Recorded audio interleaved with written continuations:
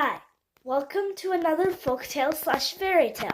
The fairy tale we're going to do today is Sleeping Beauty. Now I'm going to tell you the story of Sleeping Beauty. Once upon a time, in a kingdom, there was a king and queen who had a baby daughter. She was a princess. The king and queen were so happy to have a daughter that they threw a grand christening.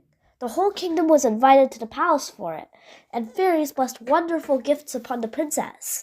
The christening went smoothly until an evil fairy, who was the only one not invited, cursed the princess to die after pricking her finger on a spindle on her 16th birthday.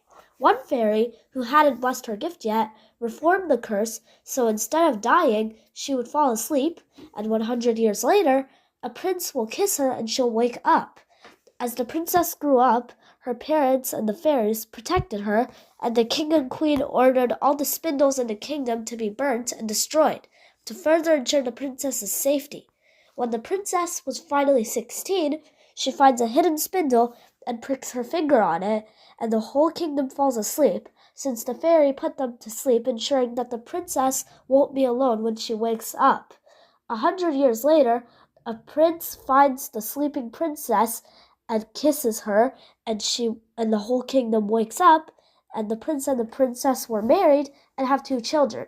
However, the prince keeps this marriage a secret from his mother, who's an ogress. The ogress plans to eat the princess and their children, but the prince returns home just in time to push his mother into a pit of snakes. And then Sleeping Beauty and the prince lived happily ever after. The end. Now I'm going to give you some information on the fairy tale Sleeping Beauty. Sleeping Beauty was written by French author Charles Perrault.